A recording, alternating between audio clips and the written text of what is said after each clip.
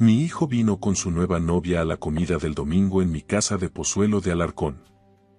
En esta parte de Madrid, los domingos huelen a leña y a calma, pero aquel día el ambiente estaba cargado de una electricidad extraña. Ella parecía perfecta, demasiado perfecta para ser real.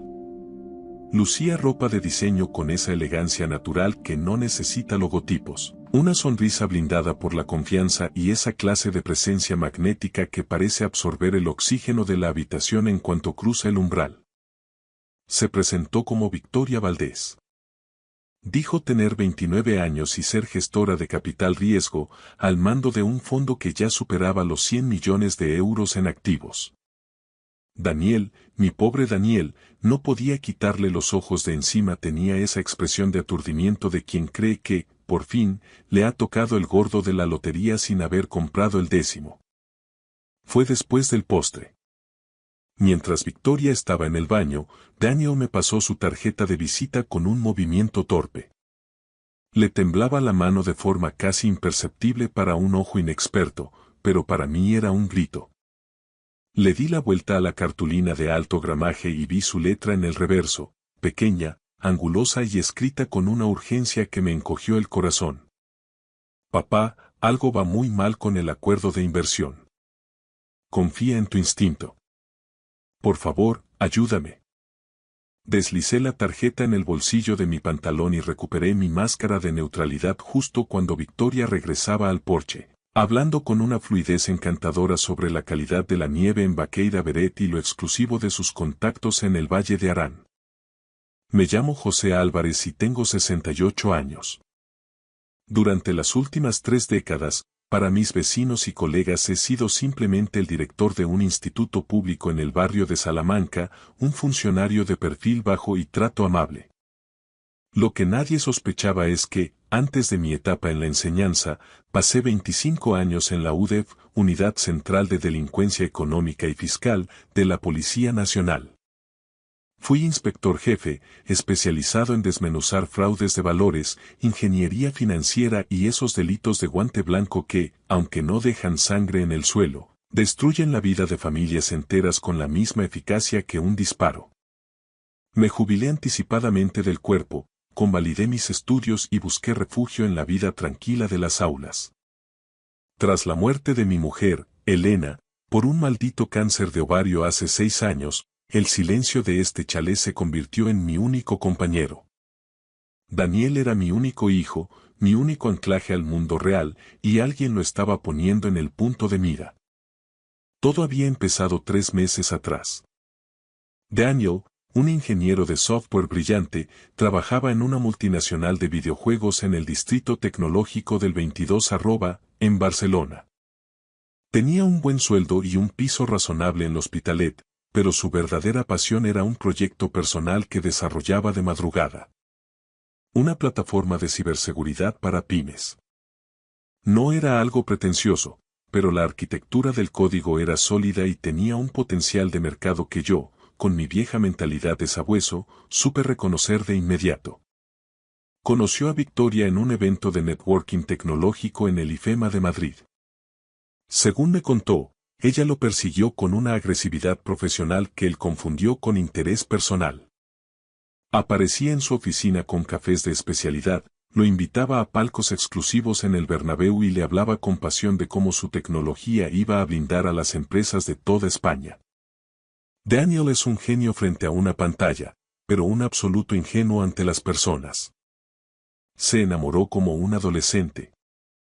A las 6 semanas ya eran pareja oficial. A las 8, ella ya estaba redactando un borrador para invertir 2 millones de euros en su startup. La primera vez que la trajo a comer, yo estaba preparando un rodaballo a la brasa en el jardín. Recuerdo cómo Victoria recorrió mi modesto chalet con ojos evaluadores. Eran los ojos que yo había visto 1000 veces en los interrogatorios de la Vía Layetana o en los registros de la Castellana. Ojos que calculan el valor del metro cuadrado, que miden el patrimonio oculto y, sobre todo, que identifican vulnerabilidades estructurales. Señor Álvarez, Daniel no deja de hablar de usted, me dijo, aceptando una copa de Ribera del Duero con una delicadeza estudiada. 30 años como director de instituto. Es una labor admirable, con mucho calado social, aunque imagino que la pensión de jubilación como funcionario no será precisamente para tirar cohetes. Sonreí mientras le daba la vuelta al pescado, sintiendo el calor de las brasas en la cara. Da para pagar las facturas, que no es poco hoy en día, respondí con sencillez. Esta casa está pagada, tengo mis ahorros y mi pensión me permite vivir sin apreturas. Estoy lo bastante cómodo para ser un viejo que solo rinde cuentas a su jardín. Ella sintió con una simpatía que no le llegaba a las pupilas. Sabe, en mi firma trabajamos a menudo con asesores de planificación patrimonial de primer nivel. Para alguien de su perfil, existen estrategias muy ventajosas para optimizar sus activos, especialmente con el precio de la vivienda en Pozuelo por las nubes. Solo esta parcela, tal como está el mercado ahora mismo, debe de rondar los 2,2 millones de euros. Daniel intervino rápidamente para cambiar de tema, pero capté el destello en su mirada. Una mezcla de incomodidad, miedo y una sospecha que, por fin, empezaba a ganar la batalla contra su enamoramiento. Victoria no buscaba invertir en una idea, estaba haciendo el inventario de una herencia que aún no estaba vacante. Durante las semanas siguientes, Victoria se filtró en las grietas de nuestras vidas con la persistencia de la humedad. Se convirtió en una presencia constante, una sombra perfumada que siempre terminaba conduciendo la conversación hacia el mismo terreno. Mis finanzas. Sus preguntas, aparentemente casuales, tenían la precisión de un escáner forense. ¿Desde cuándo era dueño de la casa? ¿Tenía fondos de inversión o depósitos que complementaran mi pensión? ¿Qué planes de sucesión había previsto para que Daniel no tuviera problemas con el impuesto de sucesiones cuando yo ya no estuviera? Todo venía envuelto en un celofán de falsa preocupación. Sugería planes de optimización fiscal y hablaba de proteger el patrimonio familiar, asegurándose de que Daniel estuviera cubierto ante cualquier imprevisto. Tengo 68 años. Cada sábado subo a la Sierra de Guadarrama, hago rutas de 20 kilómetros y sigo colaborando como voluntario en el Museo Naval, clasificando legajos históricos.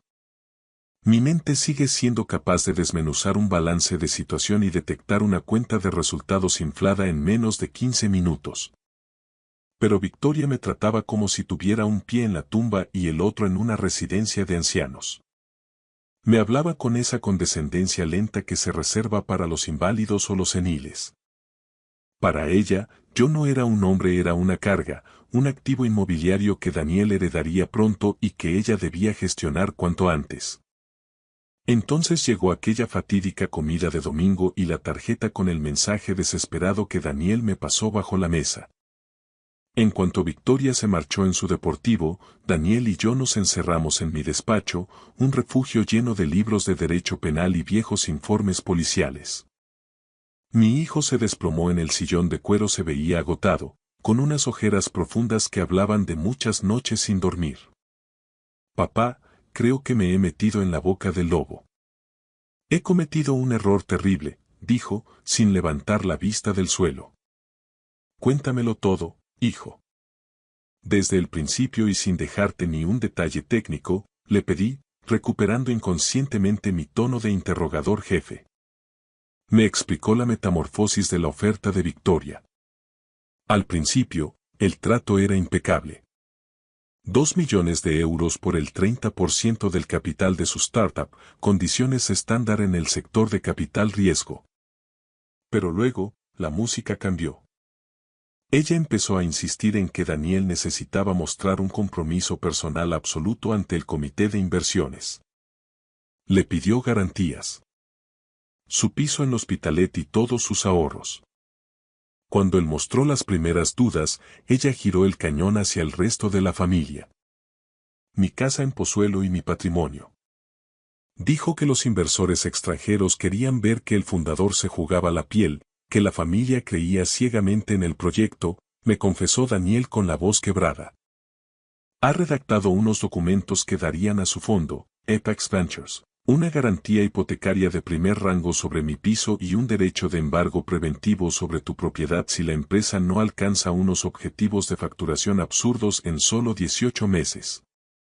Sentí una punzada de frío glacial en la boca del estómago.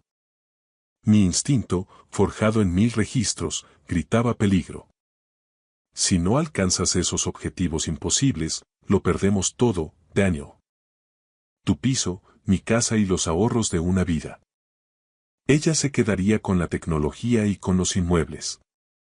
Y controlaría la sociedad por completo. Pero papá, ha sido tan cariñosa, se mostraba tan entusiasmada con el código. Pensé que yo era un paranoico, un inseguro, hasta que pasó lo de la semana pasada. ¿Qué pasó exactamente? Daniel sacó su teléfono y abrió una nota de voz. Estaba en su despacho de la Torre de Cristal, en la planta 20. Fui al baño y dejé el teléfono sobre la mesa, grabando por puro despiste, quería registrar una idea de programación que tuve justo antes. Pero me olvidé de pararlo al salir de la habitación. Le dio al play. La voz de Victoria, despojada de su dulzura habitual, resonó fría y metálica a través del manos libres de su oficina. El chico es una mina de oro, confía ciegamente en mí. La plataforma tiene una tecnología decente, podríamos colocarla bien en el mercado secundario. Pero el premio gordo es la propiedad del padre. Pozuelo de Alarcón, una parcela independiente, hipoteca cancelada. Mínimo 2,2 millones de valor de mercado. El viejo vive solo, no tiene más familia que lo proteja. Daniel firmará lo que yo le ponga delante. Una voz masculina, con un acento sofisticado, respondió. ¿Qué pasa si el viejo huele algo y se resiste a firmar el aval? Victoria soltó una carcajada seca que me erizó el vello de la nuca. ¿Ese? Es un director de instituto jubilado que vive de una pensión de clases pasivas. ¿Qué va a hacer? Además, ya tengo a Daniel convencido de que esto es pura práctica estándar en el sector. En cuanto firmen, activaremos la fase 2. Documentar el deterioro cognitivo del padre. Buscaremos un médico afín, solicitaremos la curatela representativa a través de Daniel alegando que no puede gestionar sus bienes, venderemos la finca de Pozuelo para sufragar gastos de cuidados, y luego declararemos la startup en quiebra técnica. Es el manual de siempre, el de Madrid no falla. La grabación terminó. Daniel tenía las mejillas mojadas por las lágrimas. Confiaba en ella, papá. Pensé que me quería de verdad. Pensé que Apex era una oportunidad real. Le puse la mano en el hombro, sintiendo su temblor. Has hecho lo correcto viniendo a mí, hijo. Has tenido más suerte de la que imaginas. Ahora, necesito ver ese borrador de condiciones que te dio. Daniela asintió y sacó una carpeta de su mochila. Pasé los siguientes 20 minutos analizando el contrato con una lupa mental.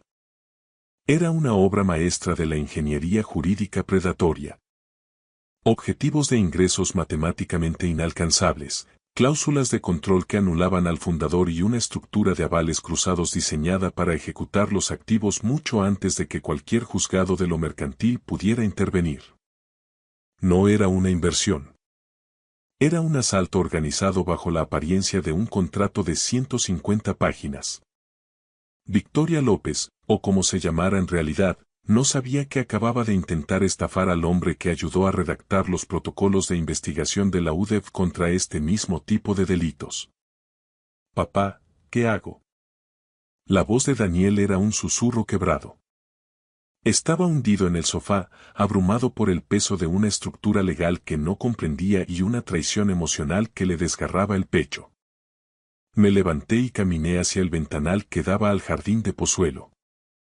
Durante décadas, este lugar había sido mi santuario de normalidad.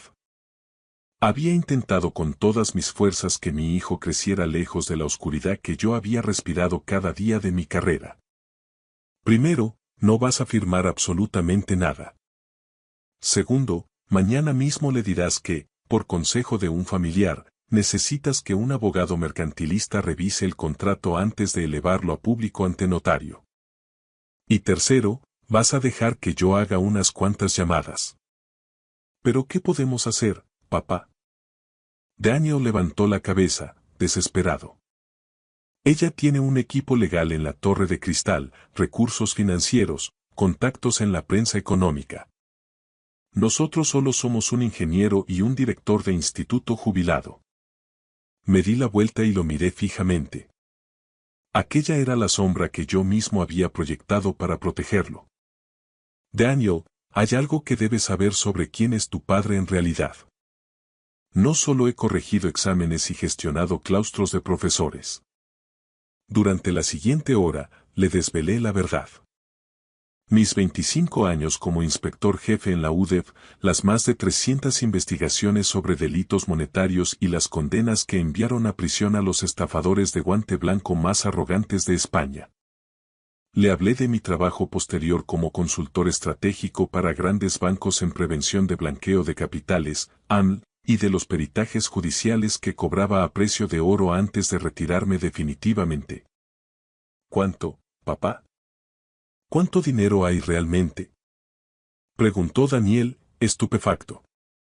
Después de que tu madre falleciera, liquidé mis posiciones en varios fondos, pagué esta casa al contado para que fuera un refugio seguro y puse el capital restante en un fideicomiso familiar diversificado. Actualmente, entre liquidez y activos, hay unos 8 millones de euros, euro arriba, euro abajo. Daniel se quedó sin palabras. La cifra flotaba en el aire del despacho como algo irreal. ¿8 millones? Repitió. Victoria cree que apenas llegas a fin de mes con la pensión. Planea robarnos 3 millones destrozándonos la vida, y resulta que tú tienes casi el triple. No tiene ni la más remota idea de con quién se está metiendo. ¿Por qué no me lo dijiste antes? Tu madre y yo queríamos que tuvieras una vida normal. No queríamos que fueras un objetivo para gente como ella, ni que crecieras pensando que el dinero es la solución a todo. Elena me hizo prometer que lo mantendríamos en secreto hasta que estuvieras asentado. Iba a decírtelo en tu 35 cumpleaños, pero supongo que las circunstancias nos han obligado a adelantar el calendario. A la mañana siguiente, el director de instituto se quedó en el armario y el inspector jefe Álvarez tomó el mando. Mi primera llamada fue a la Jefatura Superior de Policía. Paco, soy José Álvarez. No me digas que sigues ocupando ese despacho con vistas, dije al oír la voz del ahora inspector jefe de la sección de delitos económicos, un hombre al que yo mismo había formado hace 20 años. José. No sabía nada de ti desde hace una década. Por favor, dime que no estás llamando para despedirte, se rió Paco desde el otro lado de la línea. Nada de eso. Necesito que abras el archivo y busques todo lo que tengas sobre una tal Victoria Valdés, 29 años. Dirige un chiringuito financiero llamado Apex Ventures aquí en Madrid. ¿Qué ha pasado? ¿Te ha tocado a ti? El tono de Paco cambió al instante a uno profesional y alerta. Ha puesto el ojo en mi hijo. Creo que estamos ante una estafa de inversión muy sofisticada, una depredadora de manual. Necesito saber si hay un patrón previo, expliqué. Dame 48 horas. Removeré hasta los cimientos de la base de datos. Luego contacté con un abogado mercantilista de la vieja guardia, un tiburón que solo aceptaba casos que superaban los 7 ceros, pero que me debía la carrera desde un caso de malversación que resolvimos juntos en los 90.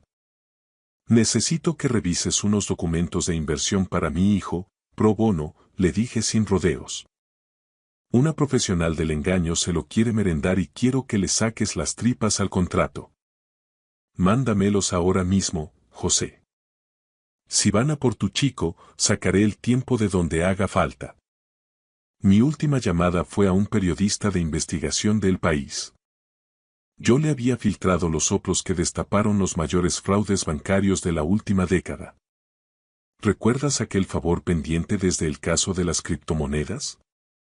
Te debo ese favor desde hace 5 años y lo sabes, José. Dispara, respondió con entusiasmo. Victoria Valdés. Creo que lidera un esquema de préstamos predatorios disfrazados de capital riesgo. Investiga su cartera de empresas.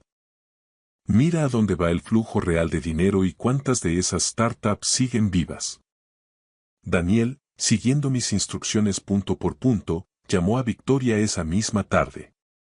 Le dijo que su padre, como avalista, quería una revisión externa de los documentos. Ella se mostró comprensiva, melosa, casi maternal. Pero cuando escuchamos la grabación de la llamada, la técnica de manipulación era evidente. Claro, cariño, tómate el tiempo que necesites, decía ella con esa voz de seda.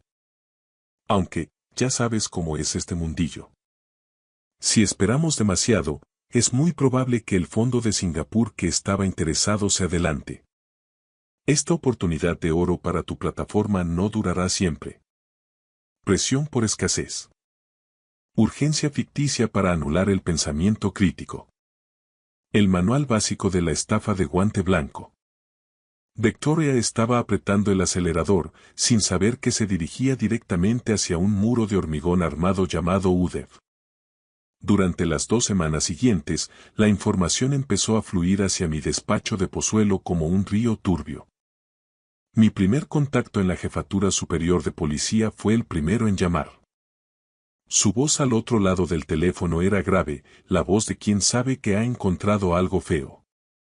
José, tus instintos de sabueso siguen intactos. Victoria Valdés no existe, al menos no desde hace mucho. Se cambió el apellido hace 6 años, antes era Victoria López. Estuvo en el radar de una investigación de la CNMV, Comisión Nacional del Mercado de Valores, en Barcelona por una serie de operaciones sospechosas en el sector de las fintech. Nunca fue imputada, pero hubo 3 denuncias de inversores que afirmaban que los había manipulado para ceder el control de activos familiares a cambio de inversiones que nunca se materializaron. ¿Sabes cómo terminaron? Todos los casos se cerraron con acuerdos de confidencialidad y pagos extrajudiciales. ¿El modus operandi es el mismo, Paco? Pregunté, apretando el auricular. Calca el patrón, José. Las 3 víctimas eran jóvenes emprendedores, brillantes pero sin colmillo, con padres mayores que poseían inmuebles de alto valor. Ella iniciaba una relación sentimental con el fundador, ofrecía una financiación que parecía caída del cielo y estructuraba contratos leoninos que le daban acceso directo al patrimonio familiar.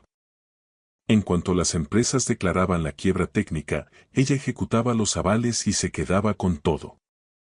Estimamos que se embolsó unos 4 millones de euros limpios entre los 3 esquemas. Nunca pudimos probar el dolo porque todo parecía, sobre el papel, una mala racha empresarial. El abogado mercantilista llamó poco después. Su análisis fue aún más demoledor. Esos documentos son pura ingeniería criminal, José. La estructura de las garantías está milimétricamente diseñada para provocar el impago. Pero lo que me ha revuelto el estómago son las cláusulas de salvaguarda de la inversión que mencionan la evaluación cognitiva del avalista. Es un caballo de Troya legal. Si Daniel firma eso, ella se convierte en la dueña de su futuro y del tuyo en menos de 1 año. Podría forzar una incapacitación judicial parcial y liquidar tu patrimonio antes de que te dieras cuenta. Finalmente, el periodista de investigación del País vino a verme en persona. Nos sentamos en el jardín, lejos de cualquier posible micrófono. Etax Ventures es una cáscara vacía, un decorado de cine, dijo, lanzando una carpeta sobre la mesa. Ha registrado 6 fondos distintos en los últimos 8 años, todos con nombres rimbombantes. He localizado 12 empresas en su cartera de éxitos. Todas, absolutamente todas, quebraron antes de cumplir los 2 años. He hablado con algunos de los fundadores, están arruinados. He visto casos de matrimonios de 70 años viviendo en pisos de alquiler social tras perder el chalet que habían tardado 30 años en pagar, todo porque su hija confió en la sonrisa de Victoria. ¿De qué cifras estamos hablando? Siendo conservadores, ha trincado cerca de 18 millones de euros en 8 años. Se mueve con una precisión quirúrgica, justo en el límite de la legalidad, usando los acuerdos de confidencialidad como mordazas para sus víctimas. Pero José, si logramos que Daniel documente el proceso de coacción, podríamos tumbar toda la operación de una vez por todas. Necesitamos que ella dé el paso final. Me estás pidiendo que use a mi hijo como cebo, dije, sintiendo que la sangre se me encendía. Te estoy pidiendo que evites que destroce a más familias, respondió él con firmeza. Daniel está a salvo porque tú estás detrás, vigilando. Pero hay docenas de jóvenes ahora mismo en el IFEMA o en el 22 que no tienen a un ex-UDEF cubriéndoles las espaldas. Tenía razón. Lo odiaba con cada fibra de mi ser, pero tenía razón. La única forma de detener a un depredador de este calibre es dejar que muerda el anzuelo y luego tirar con fuerza de la línea. Cuando se lo conté a Daniel, su rostro palideció. Se sentía avergonzado por haber sido el conducto de semejante maldad hacia nuestra familia, pero el miedo fue sustituido por una determinación fría, heredada de su madre. Lo haré, papá, dijo, apretando los puños. Pero necesito que estés allí. No puedo sentarme frente a ella y fingir que todo va bien si no sé que estás a un paso de distancia. No solo estaré allí, Daniel, le aseguré, dándole un abrazo. Voy a estar en cada palabra, en cada firma y en cada sombra. Victoria López cree que está jugando con un jubilado, pero está a punto de descubrir por qué a mi unidad la llamaban los enterradores de la delincuencia económica. Victoria llamó al día siguiente. Su voz, filtrada por el altavoz del móvil de Daniel, era una mezcla perfecta de dulzura fingida y urgencia profesional. Daniel, cielo, me estoy empezando a preocupar. Han pasado 2 semanas desde que os di el borrador. ¿Tu abogado ha puesto alguna pega? El comité de inversiones me está presionando mucho. Daniel, siguiendo el guión que habíamos ensayado durante horas en el despacho de Pozuelo, mantuvo la voz firme pero dócil. No, Victoria, perdona el retraso. Todo parece estar en orden. Estamos listos para dar el paso. ¿Podemos vernos mañana para cerrar el trato? ¡Qué alegría me das!, exclamó ella, y casi pude oír el brillo de avaricia en sus ojos. Hagámoslo en mi oficina, a las 2 de la tarde. Y Daniel, trae a tu padre, ya que va a confirmar la garantía hipotecaria de la propiedad. Necesitaremos su firma presencial para enviarla al notario. Ahí estaba el movimiento final. Me quería allí. Quería saborear el momento en que el viejo confundido firmara la sentencia de muerte de los ahorros de toda su vida. No tenía la más mínima idea de que la presa que creía haber acorralado era, en realidad, el cazador. Llegamos a su oficina en la planta 20 de una de las torres de cristal que presiden el Paseo de la Castellana. La recepción era un monumento al exceso. Mármol de Carrara, detalles en cromo y obras de arte abstracto que probablemente costaban más que el chalet de un mortal medio. Todo estaba diseñado para abrumar, para hacer sentir al visitante pequeño y afortunado por ser invitado a ese Olimpo financiero. Victoria nos recibió con una calidez desbordante. Abrazó a Daniel con una posesividad que me revolvió el estómago y me estrechó la mano con una empatía ensayada frente al espejo. Señor Álvarez, me hace muy feliz que haya podido venir. Sé que este lenguaje jurídico financiero puede resultar farragoso, pero quiero que entienda que esta inversión no es solo un negocio, es el seguro de vida de Daniel. Sonreí, hundiendo los hombros y entornando los ojos, interpretando mi papel de jubilado inofensivo hasta las últimas consecuencias. Solo quiero lo mejor para mi hijo, Victoria.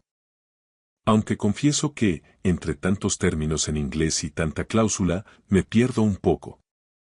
Menos mal que Daniel confía en usted. Le encantó. Pude ver el destello de triunfo en sus pupilas. El viejo admitía su debilidad, confirmando todos sus prejuicios sobre la edad. Nos sentamos en una sala de juntas acristalada con vistas a todo Madrid. A su lado estaba su abogada, una joven agresiva que apenas parecía haber salido de la facultad, lista para morder. Victoria desglosó los documentos, pasando de puntillas por las cláusulas de ejecución y enfatizando los beneficios hipotéticos. Así que, como ve, señor Álvarez, al aportar este aval hipotecario sobre su finca de Pozuelo, está permitiendo que Daniel acceda a un capital que ninguna entidad bancaria tradicional le daría. Es un gesto de amor y de visión. ¿Y si las cosas no salen como esperamos? Pregunté, manteniendo un tono suave y vacilante. Bueno, para eso están las garantías, es una formalidad del fondo. Pero la tecnología de Daniel es disruptiva, sólida. Tengo fe ciega en su talento, dijo, apretando la mano de mi hijo sobre la mesa. Vi a Daniel tensarse. El asco empezaba a superar al miedo. ¿Dónde firmo? Preguntó ella, deslizando el pesado contrato de 150 páginas y un bolígrafo Montblanc por la mesa. Cogí el bolígrafo. Lo hice girar entre los dedos y hice una pausa eterna. El silencio en la sala se volvió denso. En realidad, Victoria, antes de estampar mi firma, me gustaría hacerle un par de preguntas sobre la solvencia real de Apex Ventures. ¿Cuántas empresas de su cartera están actualmente en beneficios? Ella parpadeó, sorprendida por el cambio de registro en mi voz. Tenemos 12 inversiones estratégicas activas, como ya le dije a Daniel. No le he preguntado cuántas tiene, sino cuántas son rentables. ¿Y cuántas de esas 12 han alcanzado los objetivos de facturación que les impuso en los contratos? Hice una pausa y la miré directamente a los ojos, dejando caer la máscara. ¿Cuántas han quebrado en los últimos 2 años? ¿Y cuántos padres de familia han perdido sus casas por avales idénticos al que tengo sobre esta mesa? El aire de la sala se congeló. La sonrisa de Victoria se transformó en una mueca de desconcierto. No creo entender qué está insinuando, señor Álvarez. Si no se siente cómodo con las condiciones, podemos revisarlas, pero este tono. Dejé caer el bolígrafo sobre el cristal con un golpe seco. No estoy insinuando nada, Victoria López. Lo estoy afirmando.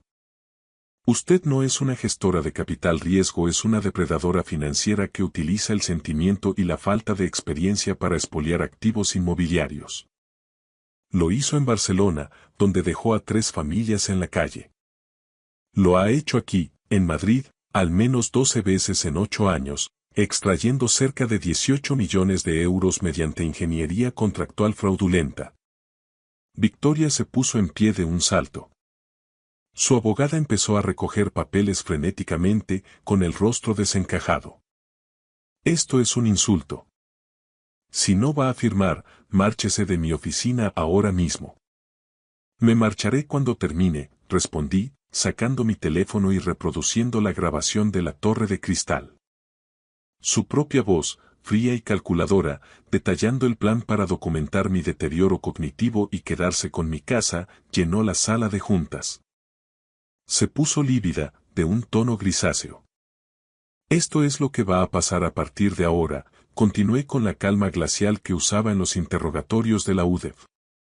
Mi hijo rompe cualquier relación con usted y su fondo. Usted va a desaparecer de nuestras vidas permanentemente.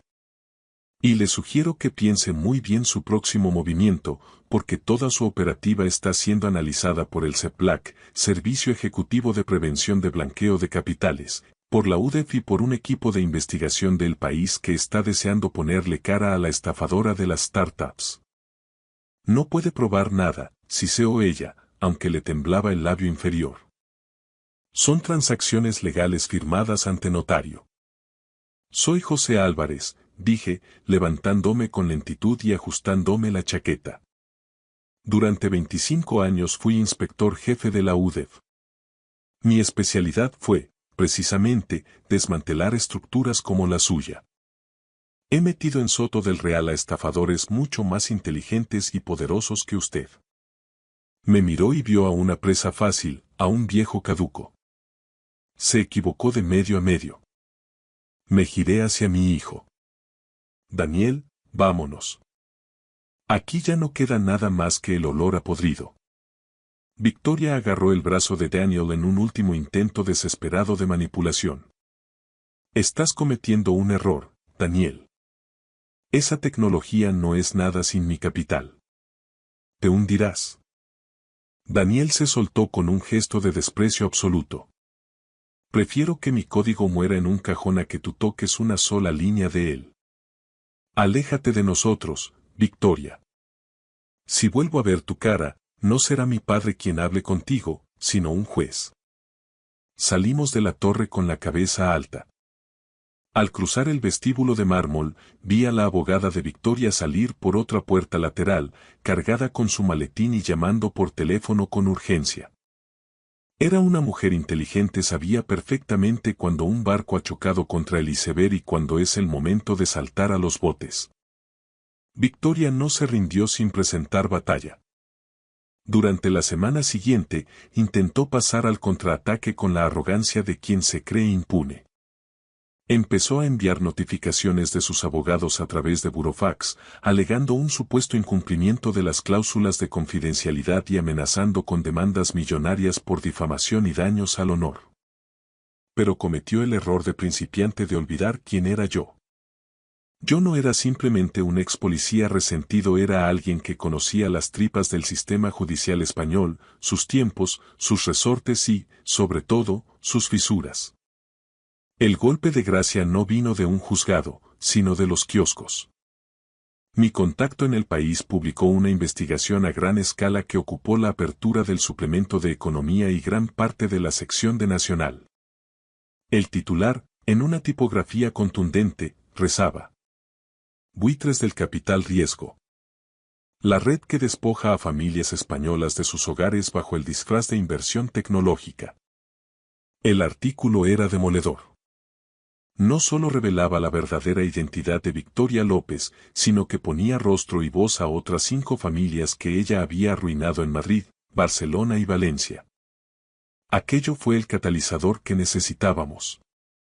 Al ver que no estaban solas, las otras víctimas perdieron el miedo paralizante que imponen los contratos de confidencialidad. Las compuertas se abrieron. La Fiscalía de Madrid, presionada por el impacto mediático y armada con las grabaciones que Daniel había obtenido y los documentos que mi equipo legal había desmenuzado, inició una investigación oficial de oficio. La instrucción fue impecable. Logramos demostrar el dolo penal y la existencia de una trama de estafa sistemática diseñada para el expolio patrimonial. La investigación financiera reveló que Victoria no actuaba sola, sino que formaba parte de una red que desviaba los activos a través de sociedades pantalla en Delaware y las Islas Vírgenes. Sin embargo, mis antiguos compañeros del CEPLAC, Servicio Ejecutivo de la Comisión de Prevención del Blanqueo de Capitales e Infracciones Monetarias, realizaron un rastreo de flujos que dejó al descubierto cada céntimo que ella creía haber ocultado. El proceso judicial fue largo y extenuante, extendiéndose durante casi 2 años. Pero el final fue el que la justicia merecía. Victoria López fue condenada por la Audiencia Nacional a 14 años de prisión por delitos de estafa agravada, falsedad en documento mercantil e intento de apropiación indebida. Sus cuentas fueron congeladas y sus activos inmobiliarios confiscados por el Estado para sufragar las indemnizaciones de las familias a las que había intentado destruir. Daniel conservó su empresa y su integridad. Toda esta pesadilla fue para él una lección de una dureza extrema, pero también se convirtió en un estímulo poderoso. Su plataforma de ciberseguridad ya no es un proyecto de madrugada, ahora prospera con un crecimiento orgánico y cuenta con el apoyo de un grupo de inversores éticos que yo mismo me encargué de investigar hasta el último detalle antes de dejarle firmar nada. Sigo viviendo en mi casa de Pozuelo. A veces, mientras camino por los senderos de la Sierra de Guadarrama y el aire frío me limpia los pulmones, reflexiono sobre cómo la sociedad actual suele confundir la vejez con la debilidad, y la jubilación con una pérdida de la vigilancia. Olvidan, a su pesar, que la experiencia es el arma más afilada y silenciosa que poseemos los que ya lo hemos visto casi todo. Pasé 32 años enseñando pensamiento crítico a adolescentes en las aulas del barrio de Salamanca y 25 años cazando depredadores financieros en las filas de la UDEV. Hoy soy, oficialmente, un jubilado que cuida su jardín. Pero sigo siendo el guardián de lo que más amo. Victoria López vio en mí una presa fácil, un anciano al que podía engañar con terminología moderna y sonrisas de diseño. En su lugar, encontró a un hombre que se pasó la vida aprendiendo a mirar a través de las mentiras para encontrar la verdad, por muy profunda que estuviera enterrada. Mi hijo está a salvo. Mi legado está protegido. Y otras familias en España hoy duermen un poco más tranquilas porque decidimos que el silencio ya no era una opción. Eso es suficiente. Eso, al fin y al cabo, lo es todo. Gracias por escuchar mi historia hasta el final. Si resonó contigo, dale like, escribe en los comentarios qué fue lo que más te tocó y no olvides decir de dónde eres. Suscríbete al canal, vienen muchas más historias.